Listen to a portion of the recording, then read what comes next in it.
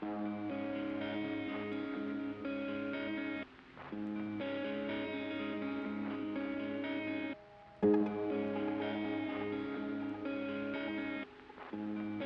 name is Joseph Njoroge Wanyoike, back in MCF, famously known as Njoro.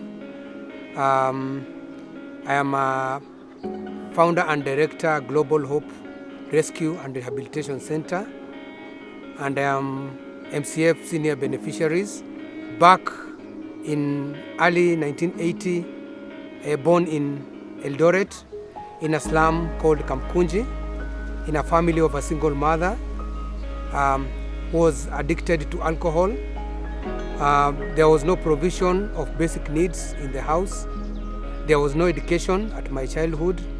There was no access to good health. There was no access to good clean water, clothing, and all that basic needs that any other kids would have to do. In a small house of 3 by 3 meters, a shady house in the slum, my mother could get drunk and could not provide for us food.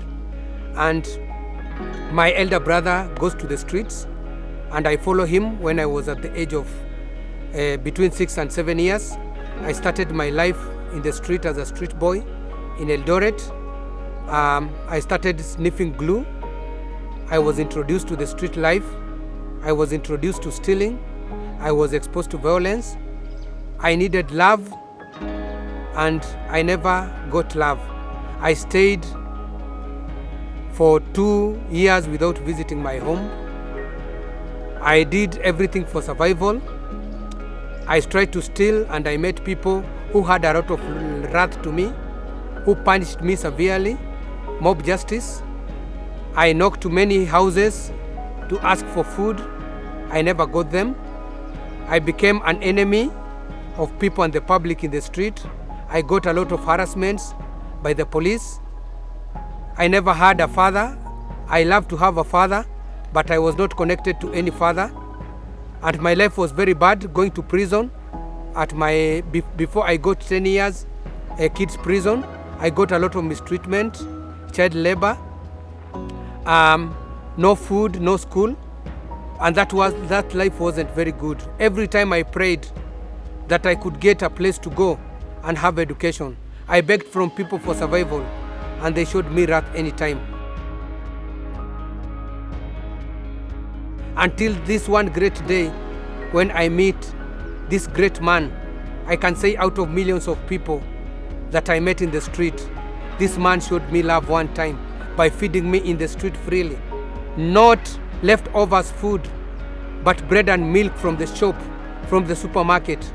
And he feeds me together with other street kids, not once or twice, but many times. And my heart starts to think about this man.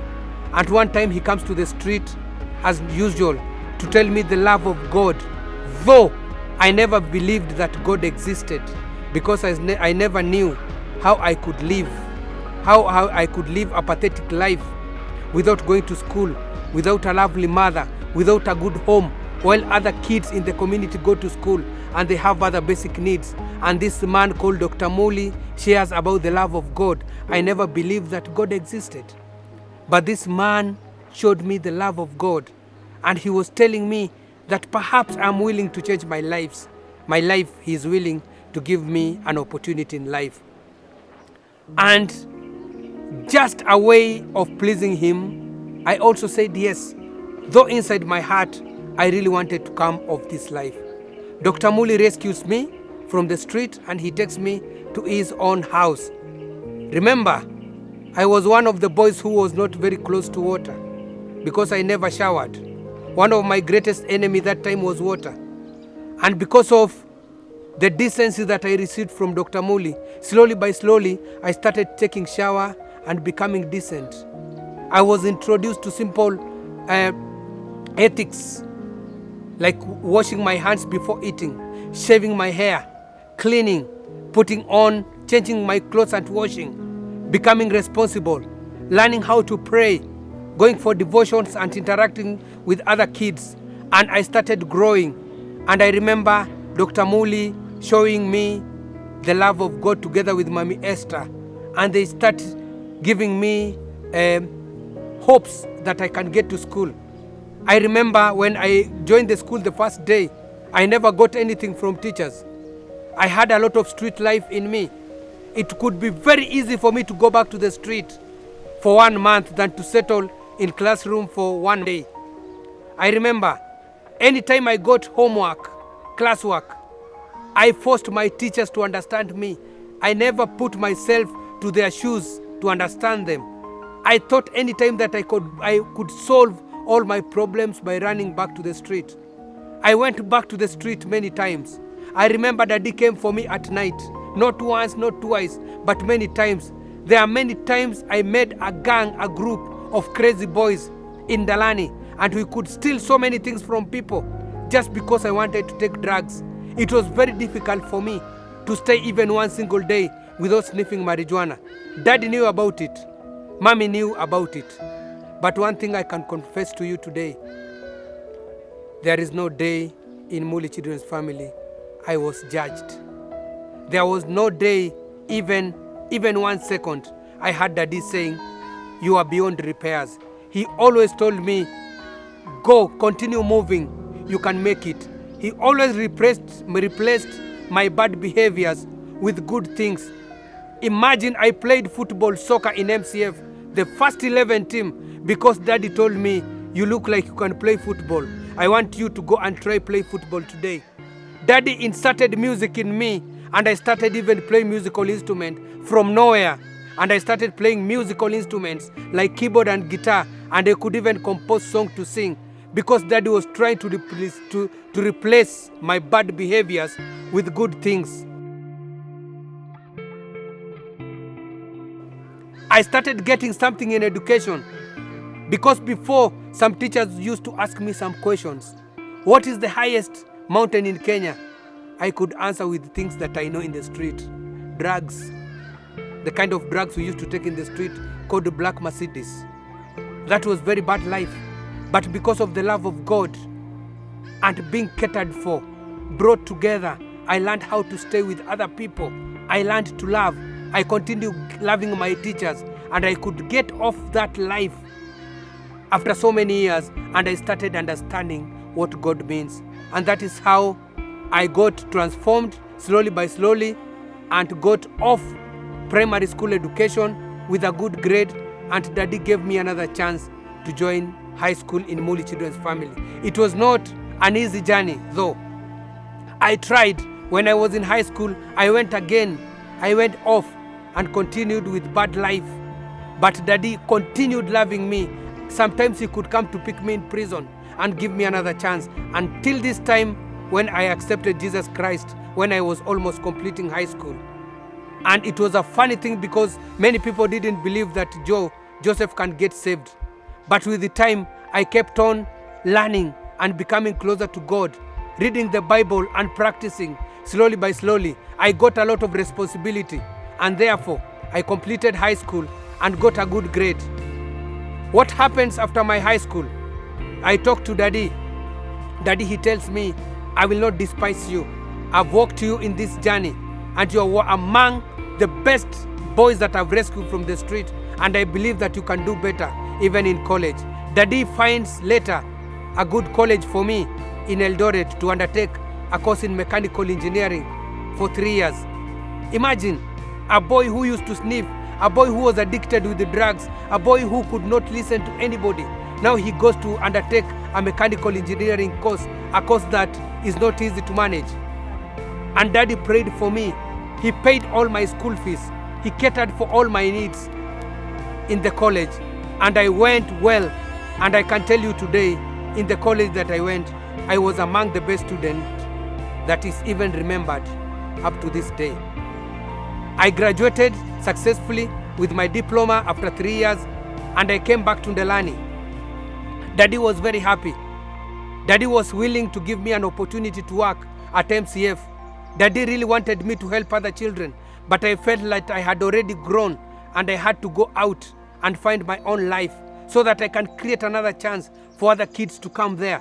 And I went back to Nairobi, and I applied for a job as a mechanical engineer, and I got that job and I worked, but not for a very long time. I met street children again, and that thing clicked in my heart and my mind about my similar past. I remembered about how I lived a miserable life. I remembered on how many times I knocked at people's shops and doors for help. I remembered how many times people kicked me, people banged me, people punished me severely because of my life I was staying, because of I did not have a lawyer, I did not have a parent, until when Daddy came for me and he showed me the love of God. That thing clicked to my head, and I cried for a long time thinking on how to do it. And slowly by slowly, I started ministering to street boys and street kids in Nairobi.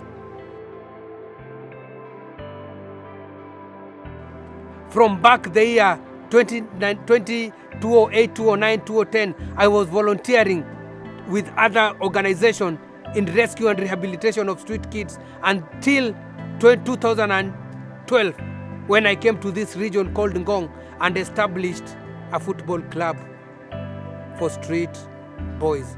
I was the main coach of the team. I can tell you, many people mocked me, and people couldn't believe that street kids can play football. They were so dirty. They were coming with glue and drugs in the field. But when they came, we talked and we prayed. We shared a meal and we played football. And these boys started opening up to me, telling me the miserable life they live, the reason why they go to the street. And out of it all, it was similar to my past. I opened up with them and shared my past. And I told them who I am and where I came from. I told them about Mully Children's family and how God touched my life. And we had a deal with them that they have to go back to school. They have to start afresh. It was not an easy journey. We got a lot of judgment from the community. People said that these boys are criminal. I could not manage them. They judged us. But looking at Daddy and what Daddy Mully and Mommy Esther did for us, it was not a difficult journey to start. Therefore, we had, in 2013, we had to start a home. These boys want to go to school. They want to go back. They really want to transform, but they cannot transform when they live in the street. So we had to look for a simple house in the slum called Madare in Ngong. We started together with my wife, with the 6 boys from the street. With small help and support from some teachers, some kids got to school and they started performing very well. And I remember one of our boys getting 381 marks out of 500. That was later adopted by Daddy Mully in MCF, and he's now in university. The community started saying, oh, so these boys can change. These boys, we know them. They look very clean. They have manners. I think we can start supporting Joseph by supporting his project. They started praying for us. And I went to Daddy again and talked to Daddy for prayers. Daddy has always stood with me. When I told him about food, he said the issue of food will be solved by Mully Children's family. And that has been done for the last, I don't know how many years since this center was started. We continue bringing many boys until 2015, when we came here with a capacity of 43 boys. And we kept on going to the street, reaching many kids. These kids who don't understand things. These kids who take drugs. These kids who don't want to listen to people. We brought them here, and we continue praying to them, showing them the value of following Jesus Christ. We talked, Daddy has been visiting us, MCF coming here, and the boys continued changing until this time we have managed to reach 150 former street kids with others that we support as they live in their homes.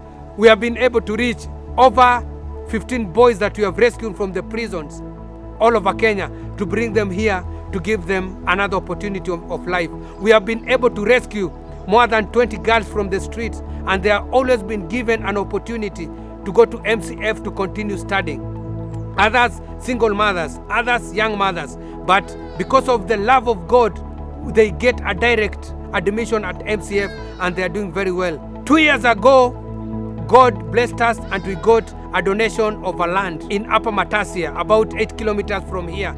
And from that time, we have been able to drill a borehole there 250 meters down. We have been able to set up a perimeter wall.